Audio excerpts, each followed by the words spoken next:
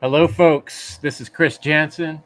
I'm here with the awesome Brandon Martin, and we are going to talk today about the upcoming Freedom Under Natural Law Conference number 5, Ignite, coming up this February 21st and 22nd, 2026.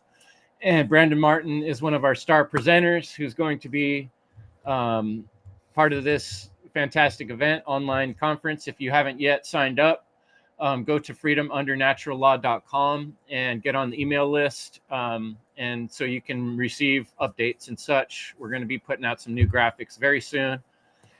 And I want to put the table to Brandon. First, I'm sure everybody already knows you, but give us a brief introduction of what you do at seedtruth.com. Yeah, I've been an esoteric and occult researcher probably most of my life now. Kind of got activated with Mark Passio's work back, probably 2013, 2014-ish, and then organized my own conference called the S.E.E.D Conference back in 2015. And then from there, it just kind of snowballed, and I kept dedicating my time consistently and very much persistently trying to spread this knowledge about natural law to as many people as I could. I also come from a background of skateboarding and underground music, and specifically the punk scene and the metal scenes, the underground punk and metal scenes. So my father created a world famous skate park called Skatopia. We're affiliated with Viva La Bam, been on Tony Hawk Underground Part 2. We have a level in that. So I grew up, traveling the world, reading occult information, grew up reading books, which a lot of people have heard me say before, things like 1984, A Brave New World, Animal Farm. Those were required readings in my household. And I also went to homeschool. So I was homeschooled part of my life, and I'm very autodidactic. So I eventually, became aware of how critical it is to share this information and publish this information because of the lack of prevalence and presence of this information in society, specifically around me in these so-called anarchist movements in the skateboard scene and the punk scene. And so I, like I said, dedicated myself to creating this S.E.E.D conference to kind of be a maven in a way to target individuals within these communities and hopefully share this information and awaken other people to get on the correct path of understanding objective truth and objective morality. From there, I have now recently become a new father, and so that's been taking up most of my time. So I've been kind of on a hiatus, but I still do a few videos, and I'm working on my anarchist history book currently, which has been in the work for a few years now, which a couple people have asked me about it recently. Still in the works, getting very close to being done, but I want to make sure that if it's the last book that I ever print, which would be my first one, I want to make sure it's done correctly. So anything worth doing is worth doing right, obviously. So yeah, that's a little synopsis of my life. Well, I got to compliment your, in a lot of ways, but your background right now that you've been working on is just unparalleled. You've got the left and right pillar going there with the moon and the sun and the dog I can see in the background and the globe. It's just all your books. It's a work of art, and what you've created there, both with the symbolism, the left and right pillars, and the books, and just it looks great. So you're doing great. And I've mentioned this in the past, but your productions with the S.E.E.D conferences were one of my primary inspirations outside of Mark Passio's What on Earth Is Happening.com to bring forward to the group of people I was meeting with in a natural law based kind of support group originally that we transformed into an action group, partly due to my urging and saying, hey, we need to do something like what Brandon Martin's done with the S.E.E.D conference, and the type of thing that Nate Cap has put out, on your platforms as well. you guys were really inspiring to me, and really, I don't think the Freedom Under Natural Law Conference would have ever started happening had it not been for the precedent of what you set. So thank you for that.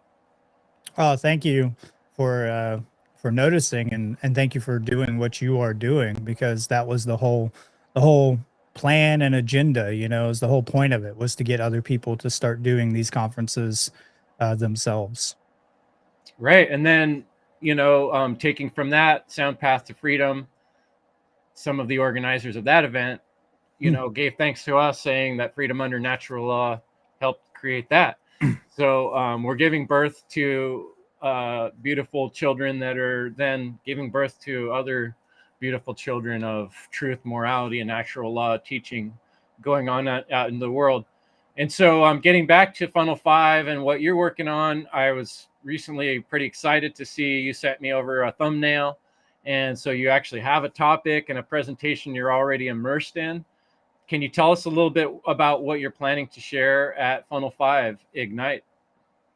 Yeah, I was kind of running with the theme Ignite, Hearts and Minds, and I was dabbling with a few different ideas originally. My presentation will be called Amor est lex, amor sub voluntate, which means love is the law, love under will, which a lot of people in the occult should recognize that as a thelemic saying.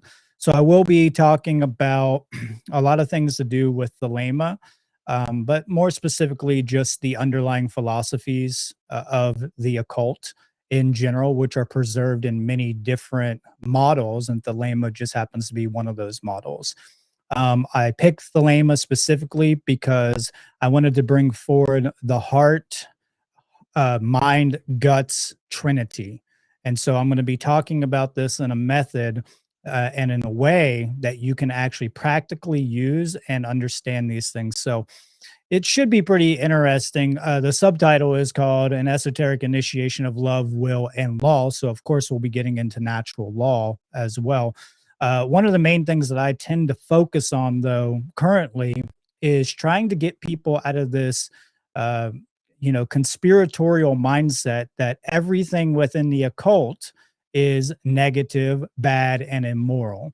And I feel that that is one of the main issues that's taking place, because the thing that's going to set humanity free is understanding the occult information and de-occulting that information. We have to become de-occultists and also be very eclectic in our research. So one of the things that puts us back into the hands of the church and back into the hands of the state is specifically not understanding the occult traditions and understanding the occult knowledge that has been withheld from us, whether that's by ineptitude or intentionally, right? So that's also part of the occult, is that the dark occult intentionally withholds that information to create a power differential between those who have the knowledge and those who do not.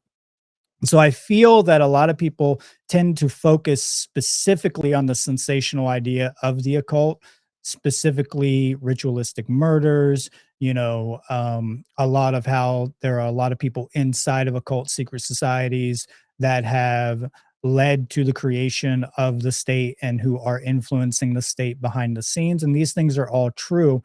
But at the same time, they fail to understand the nuances and the importance of the actual underlying traditions, which those people are not actually living in harmony with.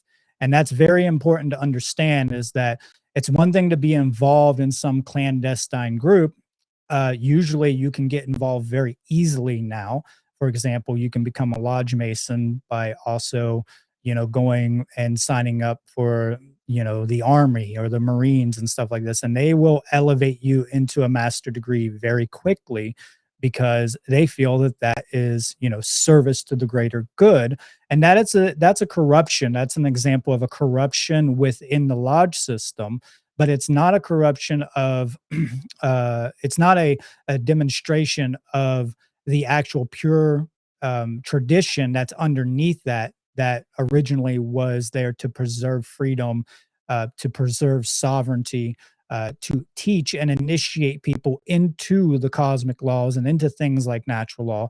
And that's why the dark occult love, they absolutely love, they are laughing their asses off at people who bastardize and marginalize the occult. And that's all people talk about.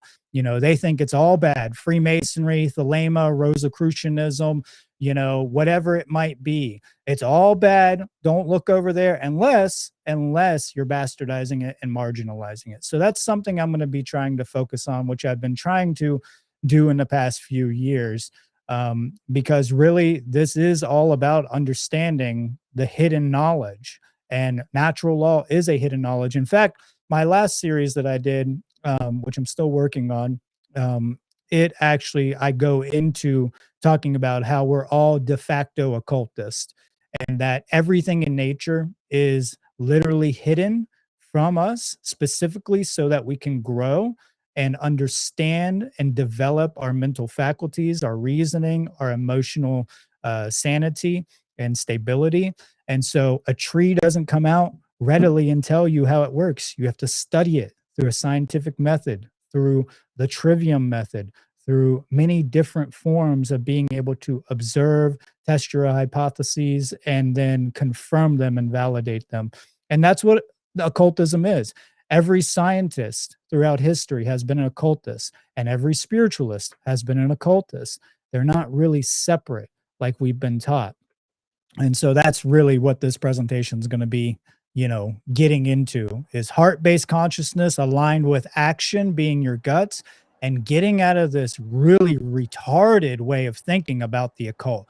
Very elementary and very adolescent way of thinking, which only serves to put forward the dark occult's agenda. Yes, humanity itself needs to really come out of this infantile state of being that we seem to be lodged in, like a stone, between two sticks in the river. Um, and it can flow. Things can flow better. Mhm. I was very impressed. I'm not exactly sure which one of your last presentations it was, but in your discussion about de-occulting reality and how all of us are de-occultists, and I'm sure your experience of being a father with a new baby has helped you come to realize that and re-recognize that. And I was like, oh my gosh, that's so right. From the moment we're born, we're de-occulting reality. There's everything's hidden from us. We barely even understand why our own hand is scratching our face when we're in that infantile state.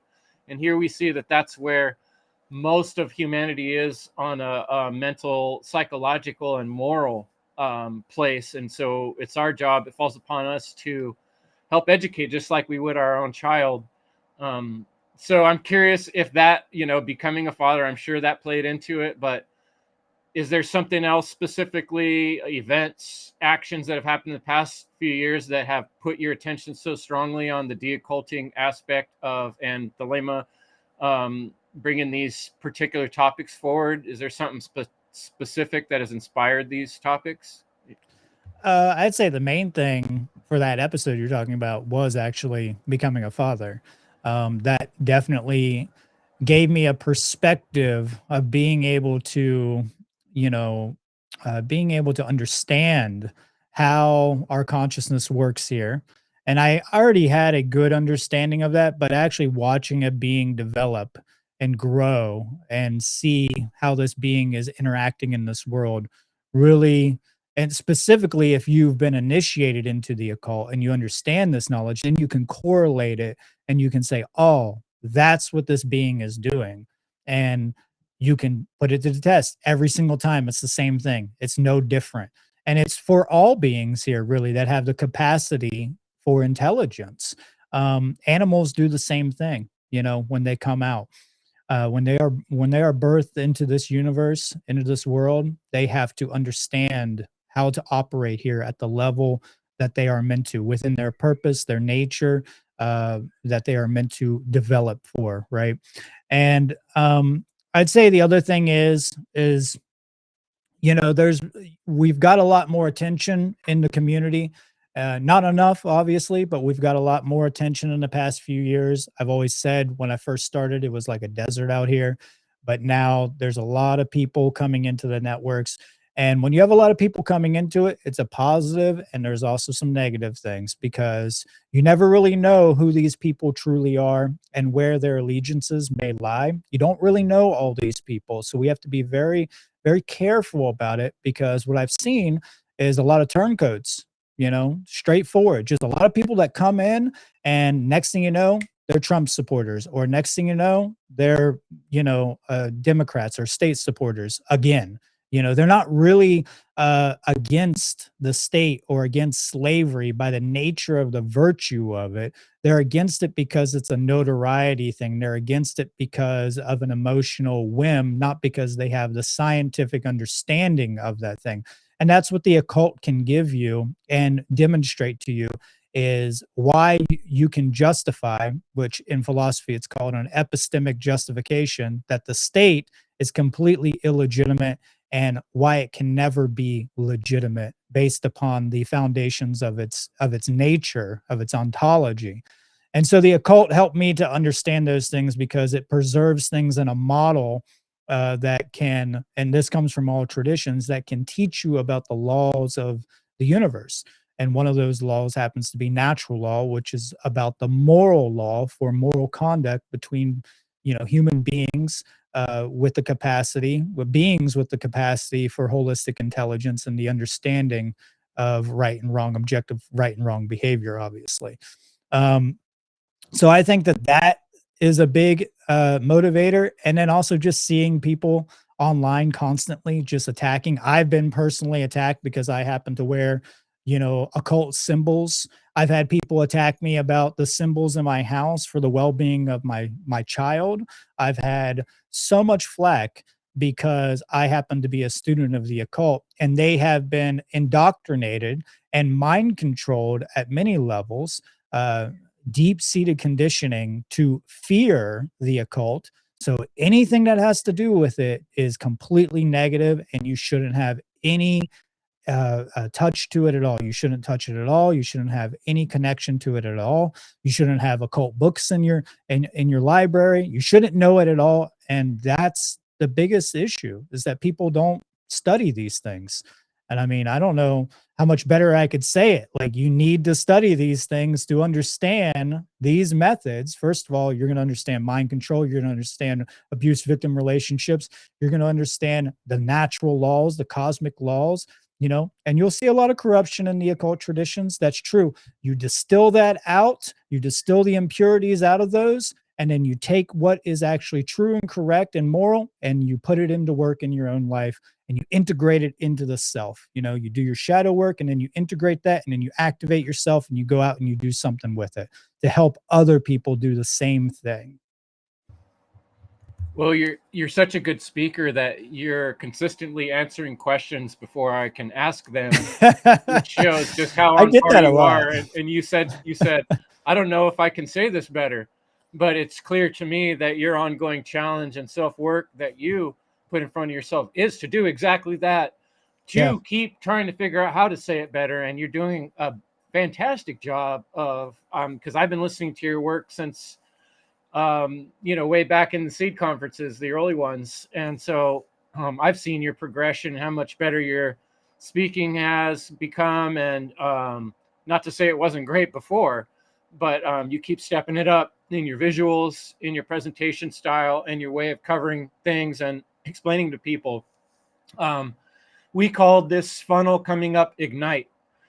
And the idea being that, okay, some of the earlier conferences, like the first one was just get this idea out there, right? And then we had like the convergence, like, okay, we got the idea out there, we got some people's attention, now we want to bring them together. Okay, now that we got them together, what do we want to do? We want to make sure they understand the trivium so that we're all on the same foundational understanding of how to process this information. Okay, now that we understand the trivium, now what do we do with it? And so we've worked our way through this progression, and the subtitles we come up with are a very thought out process. And I know you do the same with the S.E.E.D and your work. You're always trying to say, okay, how do I bridge the gap and put a stepping stone in front of people so they can make these leaps of thought and realization. And so Ignite is, okay, we got quite a few group of people out there that have understood this basic idea of natural law as you described, and how natural law ties into the occult. So you're saying I'm teaching the importance of don't throw the baby out with the bathwater with this occult and de-occulting aspect of reality. Let's not be literalists. Let's understand symbology, and let's do something with it. So how can we inspire others? I feel like that's a lot of what this is the torch, the symbol of the torch. Yeah. How do we light this torch and pass it on? And how is your work? How do you think your presentation might be able to do that, accomplish that? I think for anybody who has the intuition or the curiosity to understand this information will immediately latch onto it and be able to understand where I'm coming from. Because as you said, I definitely have progressed in my ability to explain these things very thoroughly. And that's the same work that I've been trying to do as well, is be able to, refine these ideas so that when I speak it to somebody else, it's not pushing them too far away. Sometimes they, obviously need to be pushed away because they're just not in the right mindset to actually change. And you do need to set up a healthy boundary against some people like that. But for those who are willing, it's just like recovery. You're not going to get better until you're willing to do it yourself. And that's the same thing with this. You have to willingly understand the importance. You have to have some care in it. And honestly, maybe a little bit of excitement, because it is an amazing study. It is so beautiful, all these things. You're literally studying the hidden functions of nature and the hidden functions of your psychology, and the functions of the other life forms here and potential other things here that we have a communication with. But a lot of people don't see it that way because it's been so bastardized in the media and by the elites and just by ineptitude, by the mob mentality. So I think that, I try to make it fun in the best way that I can for people, so that, oh, I hear I hear the little Rowan dude over here. But yeah, I try to make it fun for these people, and it is fun. And that's something that got me on board with this, was that I had an interest, I had a knack for it, I had the ability to, really obsess about it. I became very obsessive about the occult information, and that's kind of what you have to do. You have to obsess about it and pretty much go as deep as you can, obviously without becoming an immoral person, and that means studying the dark side of the occult as well. Actually, that's something that a lot of people don't want to look at because they're caught in the new age movement of just feel good and hedonism. You need to study the dark side of the occult, because then you're going to understand, like I said, the weapons of manipulation and mind control and things like this, and then you can defend yourself against that. But there's a beautiful plethora of information out there and knowledge that just enhances your own life, and you get to understand people throughout history and their minds and the way that they perceived events that were taking place, and how they understood the occult sciences and esoteric ideas, and how they preserved it through publications or oral traditions, or preserved it in things like astrotheology. And it's just these are all beautiful models. These things are so gorgeous when you get down to it. And beauty is something that is so inspiring to me, and it's inspiring to everybody. I think it should be. It's art, it's an art form. So, but it's preserving the science, obviously. So the mythology throughout all history, it's an art form, but it's preserving sciences and things also about the human psychology as well.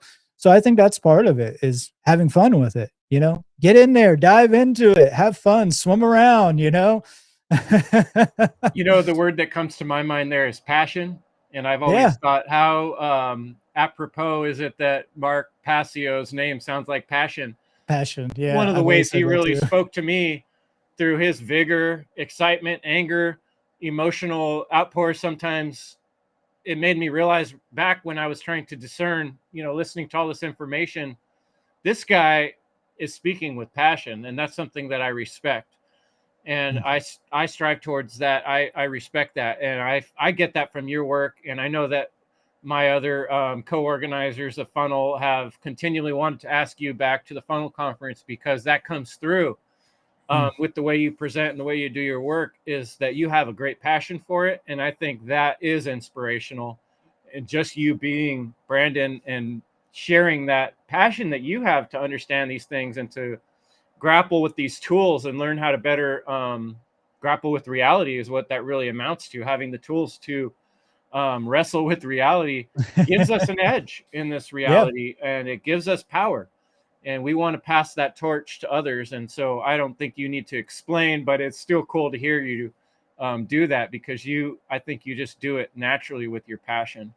And so Yeah, it that, isn't it it that, is go ahead. intuitive, yeah. I was just gonna say it is intuitive, and, I appreciate that you recognize that, and you guys, you guys are doing amazing. I've watched you guys come onto the scene and start to, really get activated, and you guys are creating beautiful, beautiful presentations and putting out great knowledge, and I've worked with you on many different occasions, and we've, grown together behind the scenes over the years, and it's just amazing to see people like you guys gain that passion for it and really, put it out there. It's beautiful. Yeah, and it those things feed upon themselves. Like going to Sound Path to Freedom or doing an interview recently with a gentleman, and then hearing someone say, "I've been inspired by your work." I'm like, "Really, little old me? Wow, that feels pretty good to hear." Because now that makes me feel like I'm not doing this just into the air and no one's listening. Someone's actually come back and said, "No, it helped change my life. What you did too." And so that is the building of motivation and passing this torch.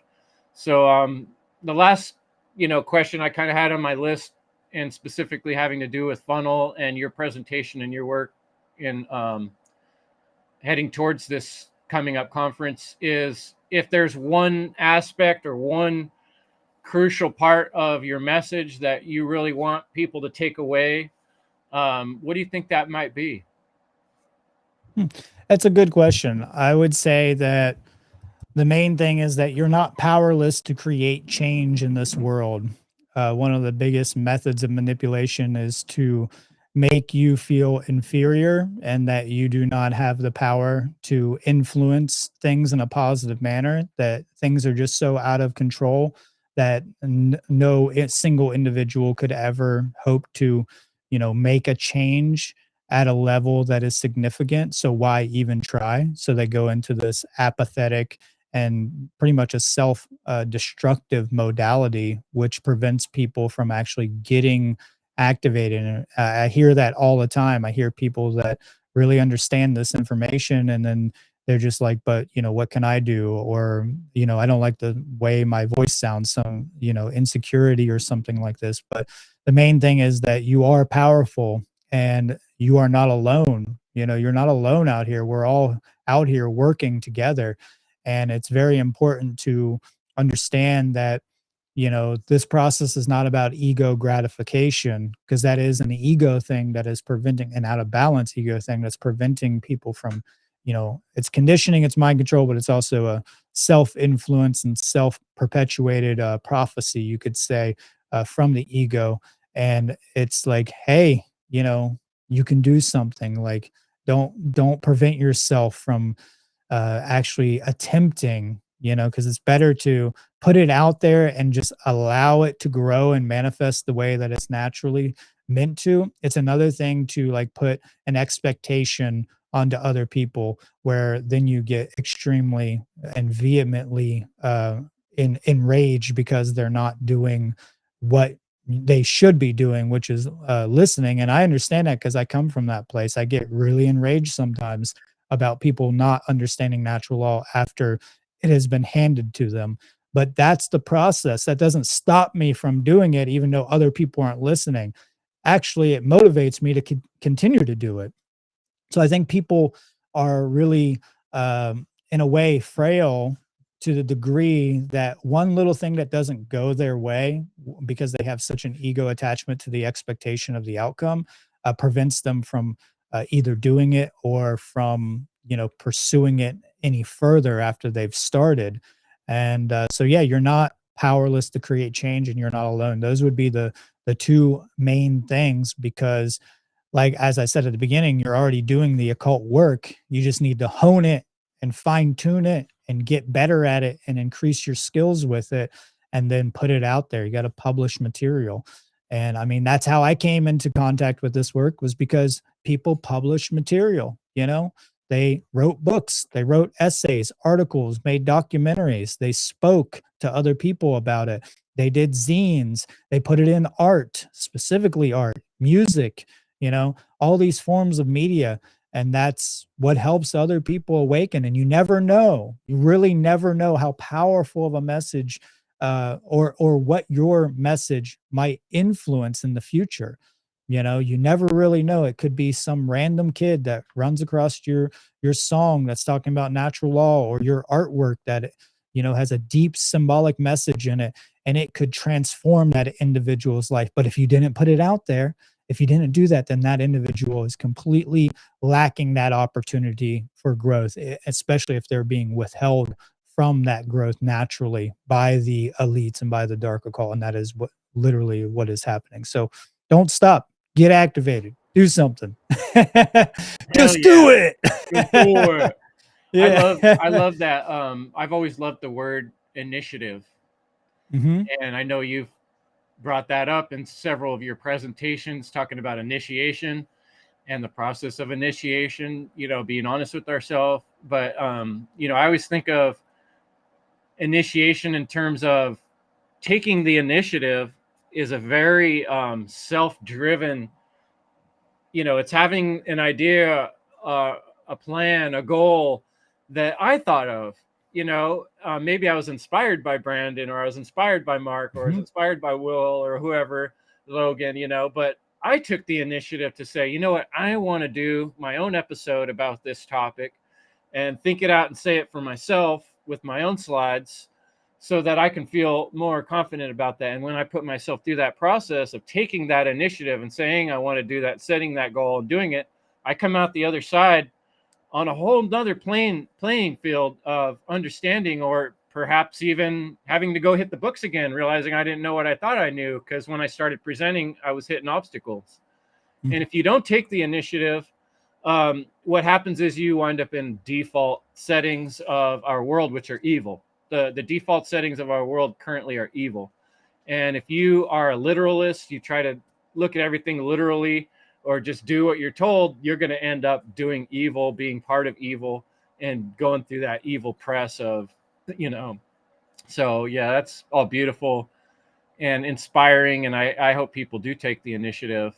But yeah, so anytime you if you're feeling like you need to get to daddy duties or family duties, we've covered the major stuff here, but I do have a couple more questions if you want to go a little more.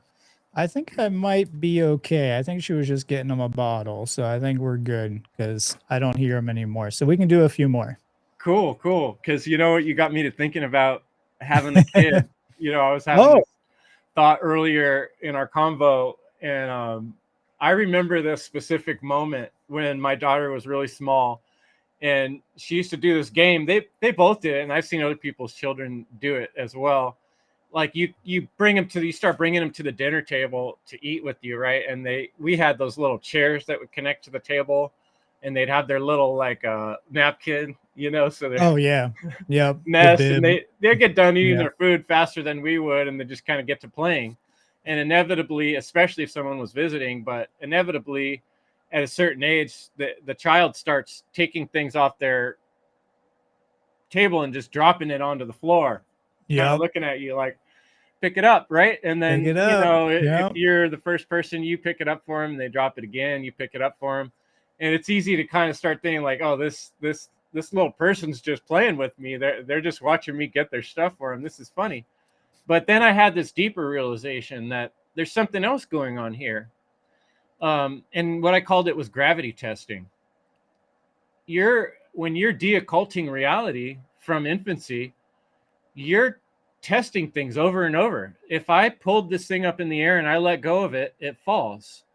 Well, is it going to happen again if I do it this time with this other thing? What if I do it at a different speed? What if I hold it over here on this side? Is it still going to drop? And you're still testing the dynamics of reality. You're gravity testing reality. And that is a very self-initiated process. And someone could tell you about gravity, but you know, learning it viscerally is a way more real process. So I'm curious how that concept strikes you. Is not a direct question so much. Oh, it's funny because it just reminds me of Rowan because he does that all the time. He's always throwing stuff on the floor, and I'm like, oh yeah, I'll get it for you. But that is literally what he's doing. He's not consciously taking the action. It's an intuition, and it's a natural function of the consciousness and the brain to build neural pathways, and that's the nature of us is to understand how this world works in a way, and our nature is programmable. So if we continuously tell them something different than what it actually is, then over time, their mindset may change on it. If we tell them, a spoon is a pen over a long period of time, then they're literally going to think that when they grow up. And then someone's going to come up and be like, no, that's not what that is. And they'll be like, yes, it is. That spoon is actually a pen. And, I write with it, I don't eat with it. Um, but yeah, I mean, it is. It's amazing. It's just so amazing to watch a being, as I said before, just experiment, with nature and figure these things out. And like putting a baby in a bathtub, and they're splashing the water and they get excited about it, but they're also like testing with the dynamics of the fluid, and their brain is building new neural pathways because of that. And they're becoming more intelligent because of that. So I think it's very important that a lot of people don't fall into the mindset of getting too irritated. It's very easy to do so, but too irritated and to try to understand where that being is coming from. Because I see a lot of parents that get way too aggressive, mainly because they haven't done their shadow work on themselves towards little children or even infants. And it's just despicable the way that parents treat children nowadays. It's horrible. There are a lot of good parents in the community, though. I really appreciate you, and I appreciate Will and Leslie. All you guys have, really been an inspiration to me being a better parent. I never thought I would be a parent. So, it was just I always wanted to be, but it was a natural process and it happened at the perfect time. So it's just elevating my experience here as a spiritual being, and it's elevating everything that I do. As an example of that, now I found myself collecting more occult literature than ever, and one of the things why is because I'm thinking about my child, and I'm like, he's going to have one of the most awesome libraries ever. Like that's one of my goals. Maybe he'll never use it. Who knows? But it will be there. If he seeks out the Yeah. knowledge, he'll be able to go to any bookshelf in this house and pick it up. And there's going to be something in there that's going to enhance his understanding of reality, enhance his understanding of himself. And yeah, that's been one of my goals lately. I don't know if you've noticed, but I've been Yeah, collecting I've been books seeing like your crazy. pictures on Facebook, on Facebook. Yeah, and those are Yeah. real books that you're displaying on Facebook.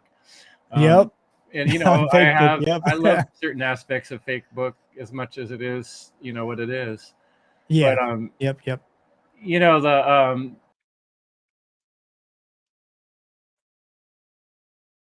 Oh, I think I lost you. You pause. Did I lose you? I lost you.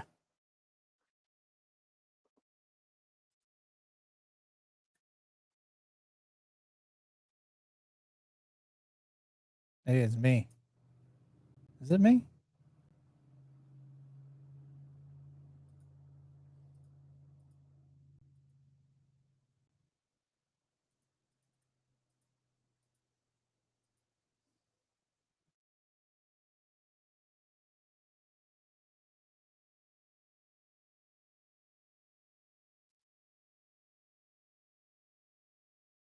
No, it's not me. Still getting service. Maybe it is me. I don't know. Nope. That's him. Well, I'm here all by myself. There we are. there he is. Sorry about that. You're Well, good. I lost you for a minute. yeah, connection issue there. That's okay. Well, That's all anyway, right. it is what it is. Anyways, Yeah.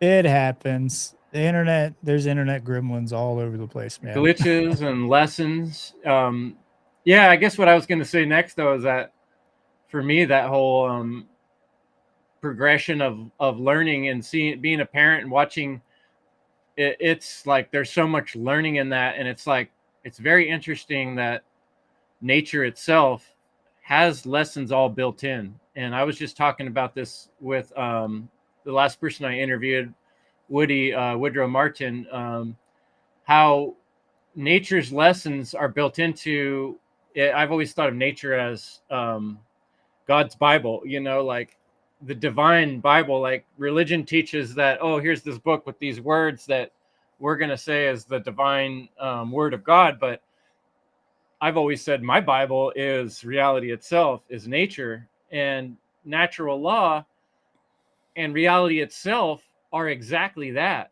It's a series of us feeling those emotions and or those egotistical pulls, like you were saying with shitty parenting, where people are going to take it hard, like, oh, stupid kid, you're going to keep throwing things on the floor and making me pick it up. You could personalize that and be like, this little infant is just trying to mess with my mind and make me have a bad day, right? Like, how fucking low-minded is that? But then it constantly forces you, if you want to be a good parent, if you want to be a responsible adult, a parent, a good role model, to step out of that egotistical feeling self and be objective. Like, what's the bigger lesson here? I am supposed to be in servitude of this infant being and to teach it everything I possibly can. So even if I have to bend over 1 billion times, I should do that if that's what needs to be done. And also, like, to push ourselves out of our emotional response, being tired and the kid kept me up all night screaming, but it's not their fault. I have to step out of that, be more objective, recognize the context of the situation. That's what babies do. They cry at night sometimes. I chose to be a parent, therefore I'm here to handle it. I have to put aside my personal feelings, do what's best for all. And being a parent really forces you to set aside your ego and your personal wants and desires, and to recognize this next layer of reality, which is what my tree symbolizes, the interconnectedness of all reality, and how that third gate, I call it, of realization, you go past initiation, you go past self-reflection, and then you realize, like, I'm here to do something for the bigger whole, the one great work, the all. How do I tap into that? And so I think that parenting, becoming a parent, dealing with children is an opportunity granted us by the universe and natural law, so that we can learn to do that. I want to hear that in your words. You can probably say it more it's absolutely right. I always heard, I don't know if this is correct or not, but I always heard that Buddha said that reality is like a school. It has a playground, but it also has, the classrooms. And if you spend your entire life on the playground, yeah, that's great. You should have fun. It's a great experience. But if you don't listen to the lessons that are in the classroom, then you actually diminish your ability to have fun on the playground, because the more you understand, the more that the playground becomes, a place of deeper meaning and of deeper importance to you. But you shouldn't every moment there. You shouldn't chronically be in hedonism. And I think that that's a really good analogy for the way the universe works. And yeah, the universe speaks in symbols. It is a book, and I love what you said, that it is your Bible.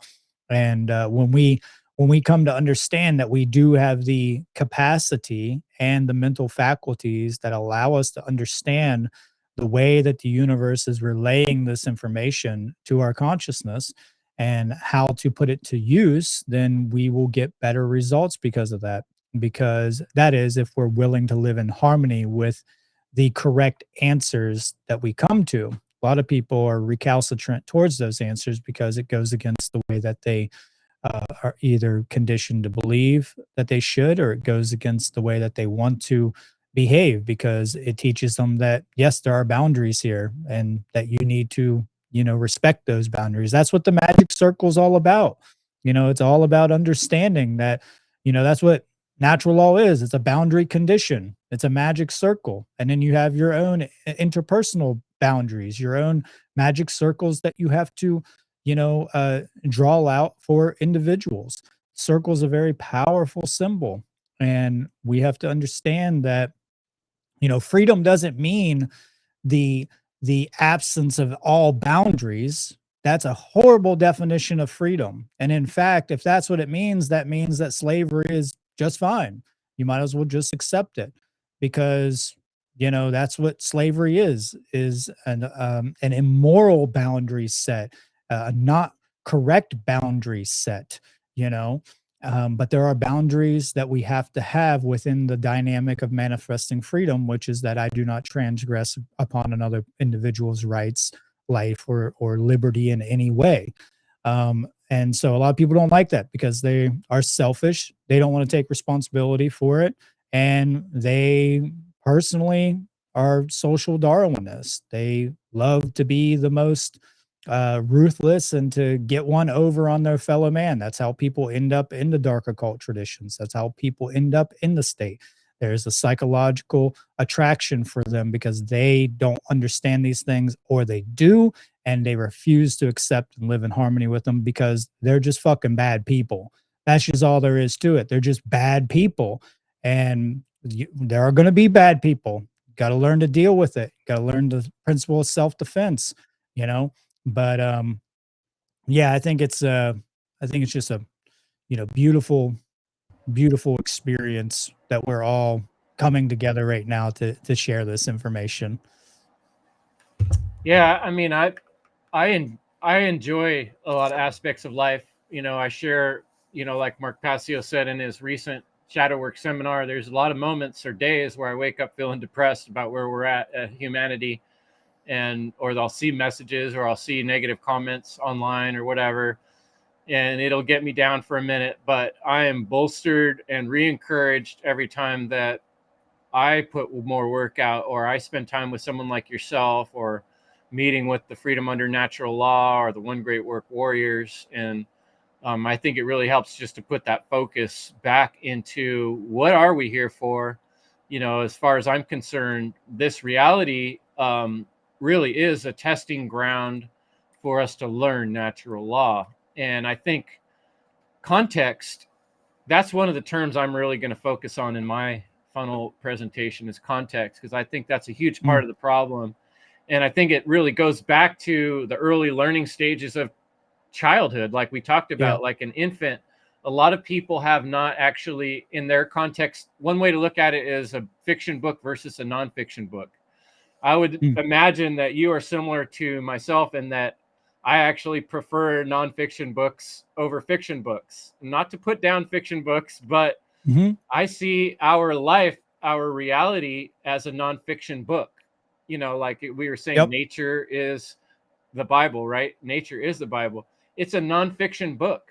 It's not fucking around. It's here to teach us a lesson about natural law. But a lot of people have been duped and tricked into thinking that their life is a fiction book, and they're just here to enjoy the story or go along with the story or watch the fucking movie. But that's not what it is. It's a non-fucking fiction book that's to teach you a real lesson. And so if you come into this book, your life, thinking that this is just sort of a fun game and you're just going to watch it and enjoy it and get the best out of it, you're going to get fucked up somehow, because that's not what it is. It isn't a fiction book. That's right. That's very well said. That's very well said. I'm going to have to go in a minute. Cool. Right on. Because little dude is calling. But this has been great, Chris. Yeah. Thanks for going over and above. As usual, you're a fantastic speaker, listener, teacher, and I always enjoy our time. Yeah, I do too. It's a pleasure to be back on here with you, and I look forward to doing some more content with you in the future. And I always think back to our early days when we did the aliens breakdown, and I just love that breakdown. I still show it to people, and just really enjoyed what we put down there. And I'm a huge fan of cinema, obviously, so it's just it's just one of my favorite podcasts that I've done. Even though we had some tech issues here and there, it's still just so amazing. My friend, he watches it over and over and over, and how he's downloaded it so he can study the hell out of it. So, well, there's a lot more movies for us to get into. So that's true. I think we're gonna have to revisit the symbology program and break apart some more stuff in the future. Yeah, I would love that. I would absolutely love that, Chris. Right on. Well, I'm going to let you get to your loved ones because they need that powerful mind and spirit and body of yours, and more than I do right now. And I would Yeah. like to grant that to them in appreciation for your time. Thank you. I'll let my lady know. All right, Brandon, much Yeah. love. And we'll look forward to, I think what I'll do is go ahead and play this as a podcast a couple weeks down the road. But Okay. and we'll have some promo material for Funnel too, and that'll be awesome to share. That sounds great, Chris. All right. Looking forward All right. to it. I'll be sending you some stuff soon. Thanks for your time. Appreciate it. Yeah. Thank you. All right, Brandon. Much love.